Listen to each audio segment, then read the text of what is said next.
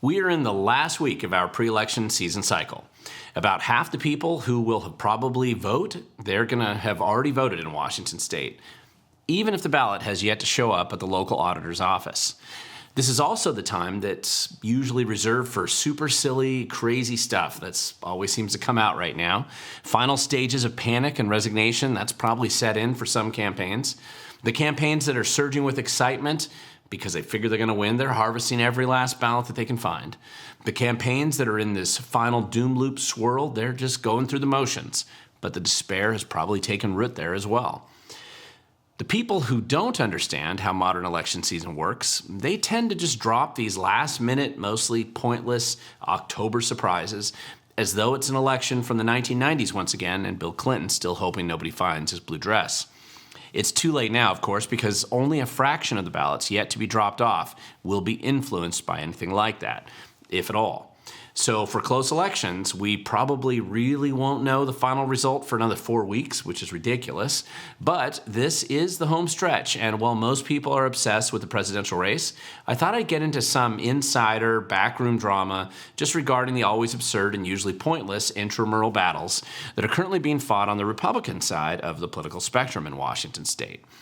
Now, I hope that I can put this into some kind of context. Before I get into the self-immolation game that Republican Party insiders typically like to play this time of year, don't forget to hit the like and subscribe buttons down below. It doesn't cost you anything but a few seconds of your time. Yes, we're completely shadow banned, we're aware of that, and this has been true for many years now. But you can still share these videos with others who want to know more about our state's political process and how local government really works, or fails to work in many cases.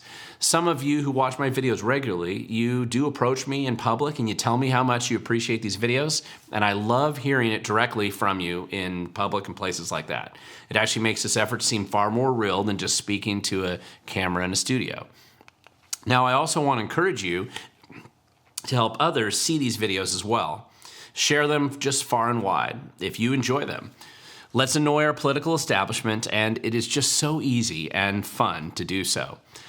So, okay, there's just two tempests in the Washington State Republican Party teapot that I think are worth reviewing right now. Not because they're super critical, but more because these are the types of basically stories that basically tend to go viral without the context I suspect they deserve.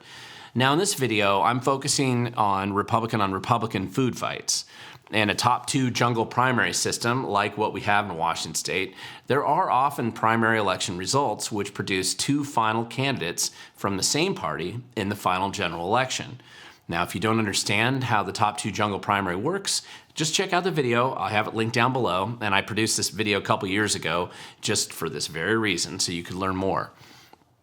Now, listen, there are multiple things that annoy me about Republican versus Republican food fights in Washington state. Mainly, I'm annoyed because the Republicans currently control no lever of political power in our state. The Dems essentially control everything from the governor's mansion to all statewide offices, and they hold a majority in both legislative bodies. Most, if not all, the billionaires in our state, they support the Democrats. In fact, nearly every major source of serious cash in our state, the unions and nonprofits, big businesses, the benefit from government kickback schemes, and kind of what's left of our higher education establishment, and of course our entire government bureaucracy, and not to be left out, our big tech overlords, they all fund, support, and vote Democrat. So even our state's judges are just slavishly subservient to their political masters who appointed them. Now, I could go on, but you kind of get my point. Republicans fighting other Republicans in our state right now is just like organizing the deck chairs while the Titanic sinks. Mostly, it is pointless and absurd, while more important things are clearly happening all around us. Now, those of us who rebel against corruption, insider dealing, and the abuse of our freedoms, the waste of our taxes, and our future, we're really challenged if we are to fix what the current political circus of very unqualified clowns with political power they seem to be determined to dump on us. I mean, the average person wants change in our state. They don't want the weird policies that Dems have crafted, like just these massive drug addict homeless camps, grant grifting operations designed to make every problem worse, a complete failure to use our tax dollars effectively, not to mention their quest to destroy public education, public safety, and transportation systems as fast as they possibly can. And I mean just willful and blatant corruption in almost every aspect of government today. I mean, these are big priorities, and yet frequently, some Republicans are just far more comfortable trying to fight amongst themselves for who can be king in the molehill rather than how they can actually take steps to fix what is broken in our state. My first example actually comes from Eastern Washington, which is and I'm focusing on the 4th Congressional District. Now, congressional races have an obvious federal dimension to them, and they are not as closely tied to the problems that face our state on a local level. At least that's what I believe. However, all politics, ultimately, it becomes local, particularly during campaign season. And in this case, in just a very congressional district right here, the 4th Congressional, we have 2 Republicans facing off against each other. We have longtime incumbent Dan Newhouse, who was originally elected in 2014, versus challenger Jared Sessler. Now, the current drama actually has to do with a mailer that was a negative hit piece on incumbent Dan Newhouse, pictured standing with Bob Ferguson and that's Washington State's current Attorney General and the Democrats' anointed candidate for governor position this year right now. Now, the picture's real, and there's nothing new about negative mailers in an election season. What people got fired up, though, about with this example was the fact that the mailer appeared to be paid for by the Washington State Republican Party. Now, the Republicans who support Newhouse, they were angry. I mean, the Republicans who hate party leadership, they were also angry that the party's spending money, or appears to be, spending money attacking one of their own instead of attacking Democrats. And there's also some concern about TV ads of some kind that were similarly negative about Newhouse, apparently sponsored by the Republican Party. But I'm going to tell you, I've yet to actually see those. There's rumors, and those rumors travel far, but I don't have that evidence here at all. But let's just dig into this mailer first, since it is actually real. Did the Washington State Republican Party spend money on this mailer? Actually, the truth is they didn't. I mean, what they did do, though, this year, which they've only done sporadically in past years, is they offered to help use their less expensive mailing rate to help any Republican candidate or campaign in Washington State who's been formally endorsed, as you can see right here, by the party to enjoy less expensive postage. So anybody on this list could do that.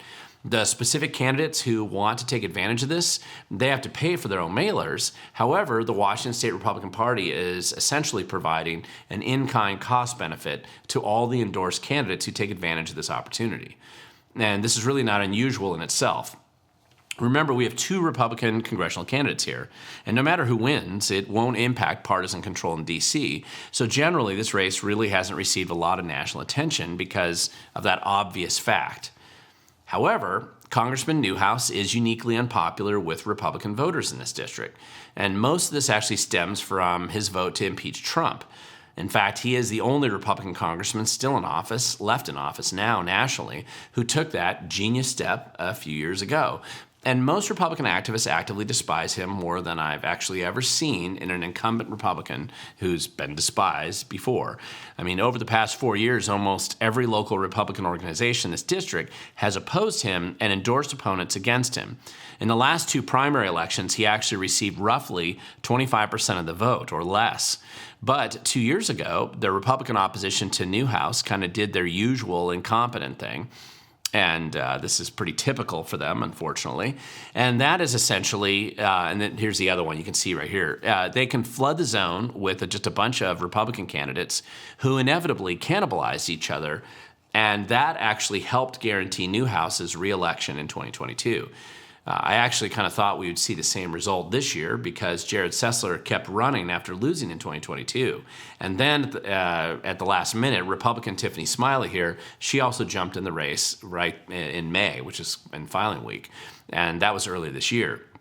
She actually ran just a very aggressive kind of scorched earth campaign against Newhouse, which I believe was really unexpected by most political insiders.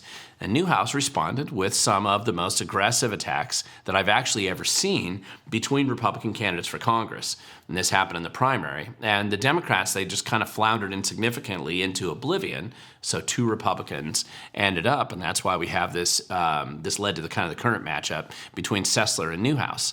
2 Republicans. No matter who wins, there's a Republican going to D.C.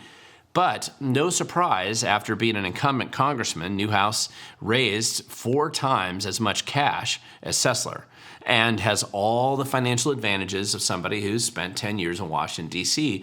collecting PAC cash and trading favors. I mean, most of Newhouse's campaign cash and independent expenditures, both in the primary and in the general, they've been spent attacking Republican challengers.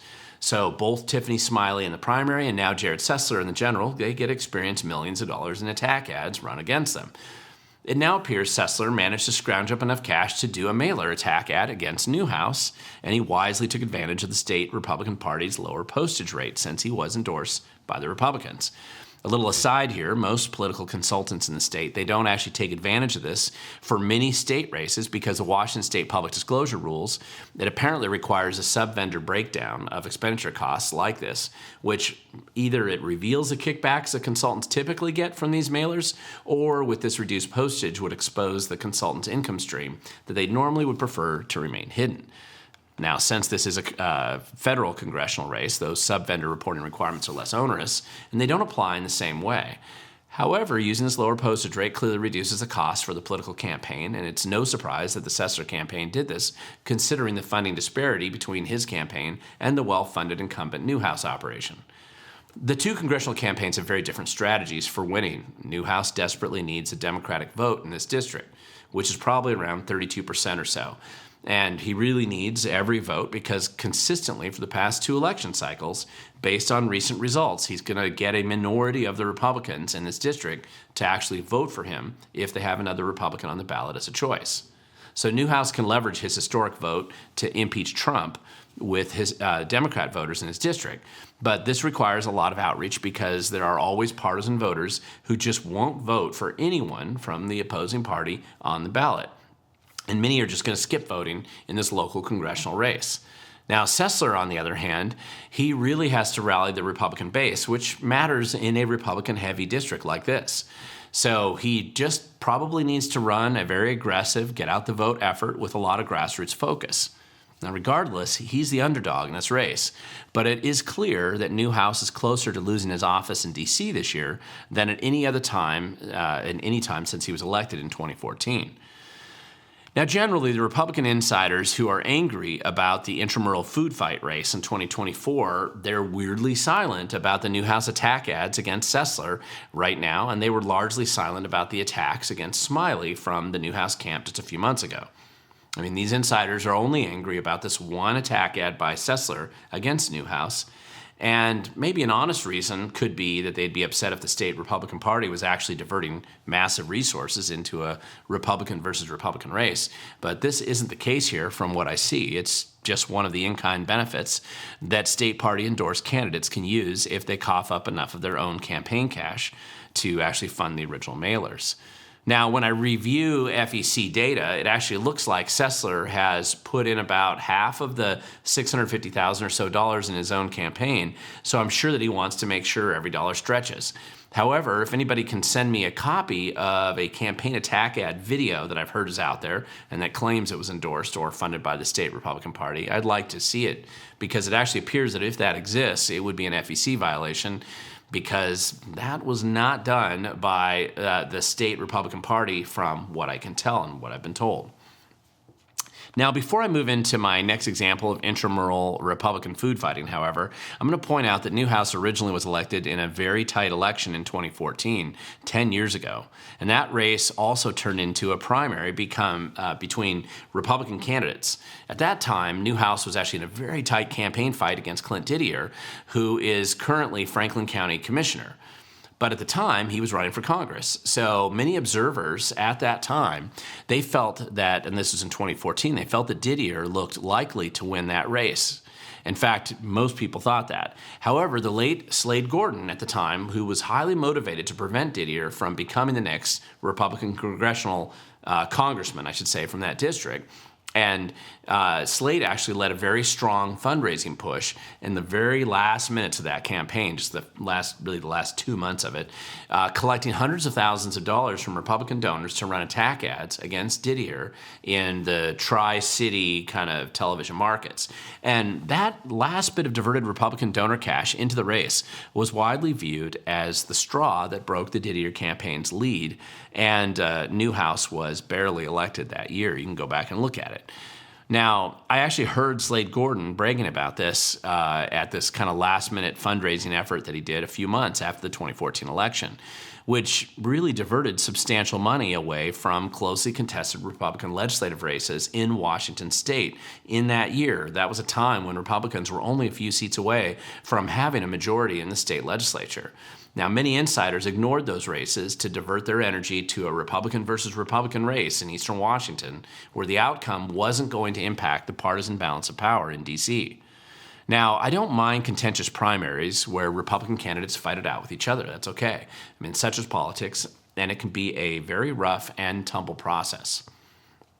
However, I do believe foolish diversion of resources from partisan races where a balance of political power can actually be impacted are very poor strategic choices. The 2014 Newhouse versus Didier race was a good example of this type of poor choice. But I don't believe this recent mailer in that district is the same thing. At least it doesn't appear to be so. However, speaking of diversion of resources, this brings me back to the second part of the story here, which is the self-destructive decisions that are currently being made by the House Republican Organizational Committee PAC, or HROC, as it is commonly known by insiders. And there are poor campaign cash diversions and choices that are happening, unfortunately, right now. Now, the Republicans have lost a number of House seats in the Washington state legislature and the Senate over the past couple of election cycles. Well, the Dems don't really have a supermajority as they had in the early 1990s or the late 1980s. They're very close to that number, and they're closer than they should be. The reason why we should care about this has less to do with this blue team, red team dynamic than it does with just this crazy and self-destructive policy choices that the Washington State Democrat Party has supported, particularly in recent times, and there's tons of them. I mean, this includes from defunding the police, to inviting more crime in our state, to driving away prosperity, major increases in drug addiction, attacking property rights, destroying sanity in the public school system, to many other examples of just endless craziness that actually seems so out of touch with most people. The Republicans are not our salvation, but the Democratic Party in our state has most certainly become the facilitator of just crazy. And if we want to protect ourselves from their rapacious ways, we actually need checks on their abuse of power. Now, one of those checks is to have a reasonable and prepared Republican leadership in both the state Senate and the state House. I mean, hopefully the governor's mansion as well, of course, but at least semi-effective leadership in the state legislature, it can protect us at least a little bit, even if they're in active opposition to the minority, as the minority. Now, recognizing the precariousness of the current balance of power in the state legislature, one would think that these guys would be spending their resources to ensure that Republicans regain some of their seats in swing legislative districts, like the 26th, the 10th up in Whidbey Island, 42nd up in Whatcom County, 28th maybe down in South Pierce, the 24th out in the peninsula, maybe the 5th legislative districts out in Issaquah. These are just a few examples. I mean, they are putting some money into those contested seats, of course, but they're also diverting a bizarrely huge volume of cash into this safe Republican race in the 2nd Legislative District, which is located in Pierce County, with a smaller portion of it kind of crossing the Nisqually River into Thurston County. Now, I don't live in that district, but it isn't far away from me, so I've kept an eye on that race this year. Now, keep in mind, 2 Republican candidates made it through the primary. One of them is former Thurston County Sheriff John Snaza, who actually lost his sheriff election in 2022 just a few years ago. The other Republican is Matt Marshall, who was the frontrunner in terms of votes during the recent primary season in August. So, as I reported in my post-primary election video from a few months ago, this is a safe Republican seat. It doesn't really matter what happens. We would have a Republican win here in the legislature. And I pointed that out at the time, that HROC and the Reagan Fund and other Republican-leaning groups should direct their cash towards seats where the balance of power in the state legislature can be impacted. We don't have unlimited funds. However, once again, this group, and I believe it's just squandering its resources in an effort to prove to everyone that they don't actually care about letting the Democrats take total control of the legislature. And based on recent PDC filings, it looks like they have just squandered $76,000 or more just this month in support of John Snaza, and another $32,331 in outside independent expenditures. That was in the primary election, as well as $15,000 in direct support during that same primary. Now, listen, I can write off the primary election expenditures when there was still a distant chance of the political opposition surviving the primary. That makes sense to me, and once you have two Republicans duke it out, though, in the general election, you just can't lose now because you retain that seat for sure. So get back to trying to help pick up more seats in the legislature, or at least pretend that you care about those races. And we have a bunch of them in play, as I mentioned earlier, all around the state. Now, I've been on record in every single sheriff race in Thurston County supporting John Snaza's election since 2010, including the race that he lost in 2022. I consider him a friend, and I have for many years now. I also really like Matt Marshall, and I believe Matt would be an excellent and beneficial asset in the state legislature with his medical background in particular, his legal knowledge. I mean, he recently graduated from law school, and as a relatively recent military veteran familiar with the current challenges of raising a young family in Washington state. But frankly, it really doesn't matter that these are great guys or if I like them or not. It really doesn't. Regardless of which one of these guys wins next week, it won't matter to the political balance of power in Olympia, which is theoretically what HROC is supposed to deal with. The limited cash piles that HROC has, the Reagan Fund, et cetera, I mean, these must be used to help in swing races throughout the state that are certain to be tight, and they are tight right now in close elections. And these limited cash piles should not be squandered on intra-party kind of food fights in safe districts. Now, I've been on the record for many years now that not everyone who calls themselves a Republican in our state is actually serious about maybe stopping the Democratic Party's clear and total abuse of the people and our freedoms at every turn. That doesn't mean, though, that I'd expect Republicans to march in lockstep, because on the conservative side of the political spectrum, frankly, we do tend to enjoy some dissension and debate. And we shouldn't have purity contests for who can help us in a tough environment like this. And I don't expect people to sit around the campfire here and sing Kumbaya just because they have the same party affiliation. I mean, really, that isn't the issue here.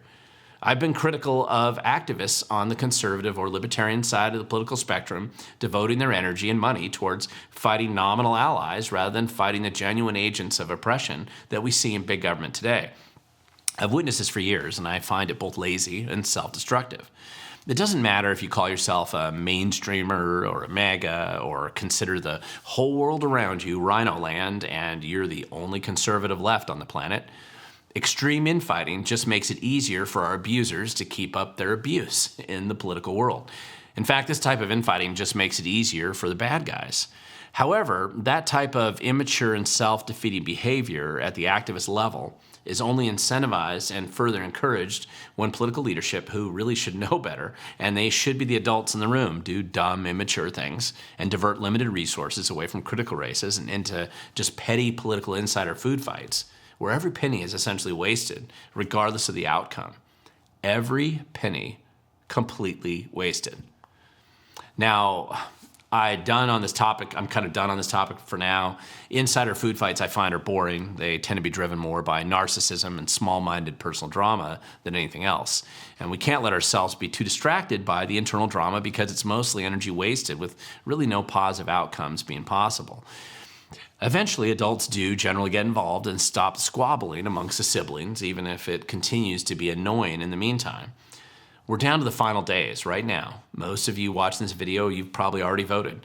And if you haven't, feel free to watch a few of my earlier videos about how I voted, along with a few suggestions for those who don't have any idea what to do about the judge races. If you have already voted, that isn't enough. You also need to get out there and encourage everyone who shares your political perspective to also vote. Help them make sure their vote gets in early, as soon as possible, so it gets counted. Drop it off directly at the auditor's office or at a secure drop box. Or if you do want to roll the dice in the post office, don't wait until the last minute, certainly not the last day. Just get it there. Too many people have their ballots uncounted because a truck was late or somebody misstamped the date on the mail. This is just part of showing up. It's small, but it's an important part. And we all need to do our part to show up if we want to make a difference. Because in the end, the future belongs to those who show up.